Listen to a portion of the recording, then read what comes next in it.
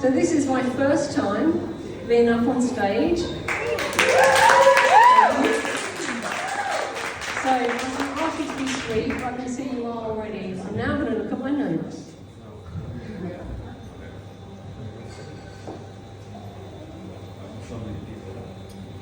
Okay, I've been here for less than 30 days.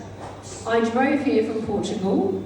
I took 25 days in my Renault Kangoo fan, which is a really small fan. So the fan is just big enough for me to lie down in.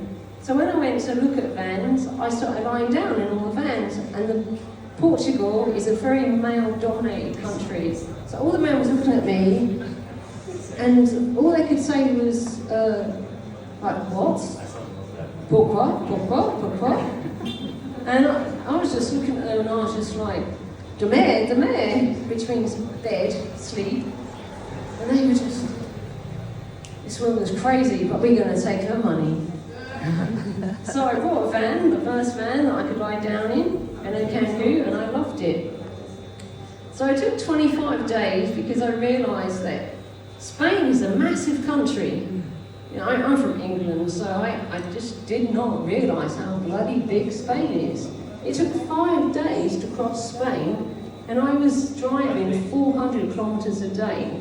Now that might not be a lot to some people, but when you're in a small van with a dog that requires 2 to 3 hours of exercise per day, and it takes you 30 minutes to change the fan from driving to sleeping, and another 30 minutes to cooking it, it's a bloody long time.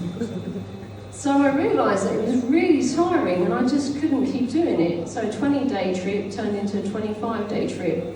And I was also working 1 day a week because I'm a therapist, I'm a coach, I have a specific gift, I work with people with unconscious mind, and I couldn't let down my clients because most of my clients have been traumatised. If I suddenly say, hey, you'll be fine for a month, even though you pay me all this money, don't worry, you'll be absolutely fine for a month, I promise you. They would have been re-traumatised and the payment would have stopped. That's the most important thing. And I'm kidding. Sorry, clients. So there we are on this 25-day journey, and so many people were saying to me that, you know, why? Some people were like, wow, that's amazing, you're going 5,000 kilometres in 25 days, good for you. And other people were going, why is it taking you so long? So I would point at my dog and say, lazy bitch, she didn't drive at all.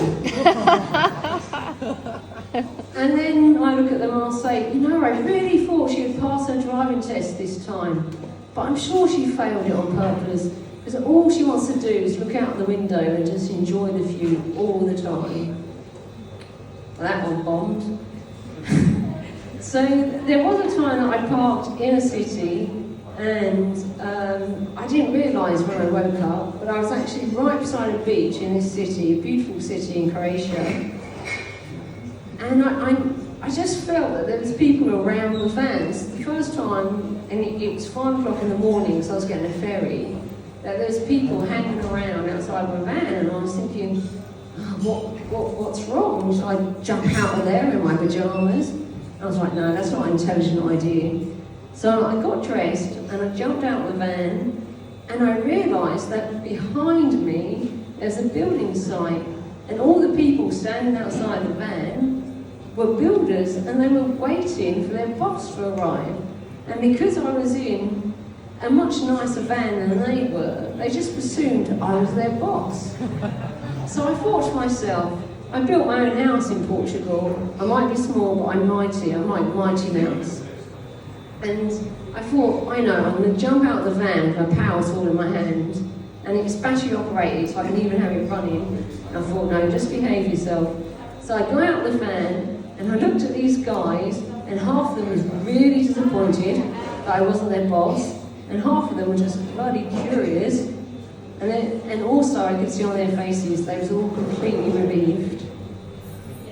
So there was quite a lot of things that happened on the journey. It was quite mad.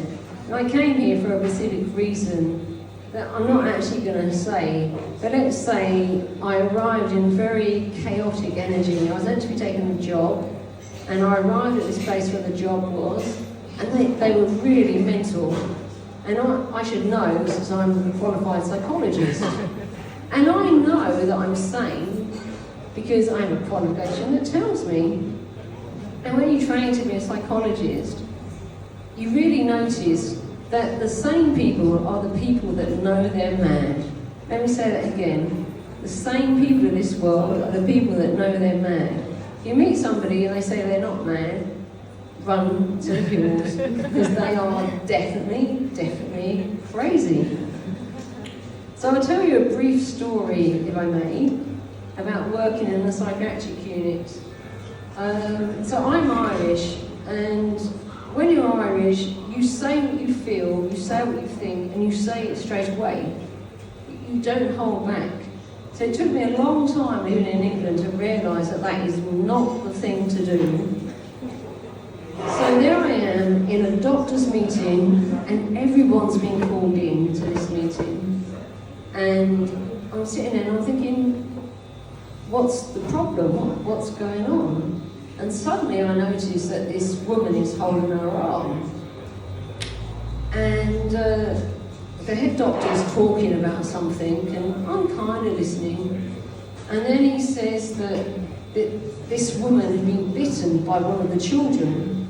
Now, when you're an assistant psychologist, you have key children, and the key children are the children that you're mostly in charge of. You write their care program, you write their diet, you keep an eye on their safety, you know. And I was young, I was 22 years old. I did not know the difference between love and caring. So I loved all my kids. And in fact, you know, I'm now old, and I still don't know the difference between love and caring. So she turns around and she says that this kid bit her. And the head doctor's still talking. And then I'm suddenly aware that everybody's looking at me. And I'm thinking, why are they looking at me? And then I realised that what I thought I said in my head, I said out loud. And what I'd actually said was, I'd bloody bite her. And it was absolutely true. So the head doctor looks at me very seriously and says, why would you bite her? In for a penny, in for a pound, right? I was in trouble, so I might as well carry on speaking the truth. So I said, because she's really not a nice person. She thinks she's better than all the kids, and all the kids know they're crazy enough to know they're better than her. And that was it. You know, after a little while, I have to hand you my notice. I was not liked, but I spoke the truth and I spoke up for the kids, so I was happy about that. Another incident happened in the hospital. I walked into work and the atmosphere was really strange. And I said, what's going on? And as you walk into the corridor of the hospital, there was nobody in sight. And I was thinking, what's going on? What's happened? And I walk into the main room, and so there's this kid who's got a knife by one of the nurses' throats. And everybody's freaking out. Everybody's freaking out. And all I can do is bloody laugh, because it's a butter knife. You won't cause any damage if you cut someone's skin with a butter knife. There's a way to cause a lot of damage with a butter knife, but the kid wasn't doing that. So I found it really incredibly funny, and I just said to the kid, hey, let's go and play some music, because that was her thing, right? And do you know what she said?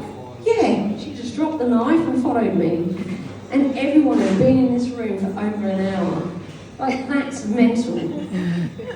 So in the end, I ended up quitting because I realised I was much closer to the psychiatrically ill kids. I understood them more than I understood the doctors and nurses. So the conclusion out of that might be I'm crazy. And that's okay, I don't mind that, because now I earn a living out of it. So I'm an intuitive therapist. I help people that are stuck, disillusioned, disappointed, and they feel they're not getting paid their worth, and they feel they're not good enough.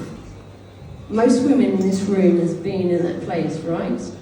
Yes. So, and even the men are in that place. We live in quite a hard world at the moment.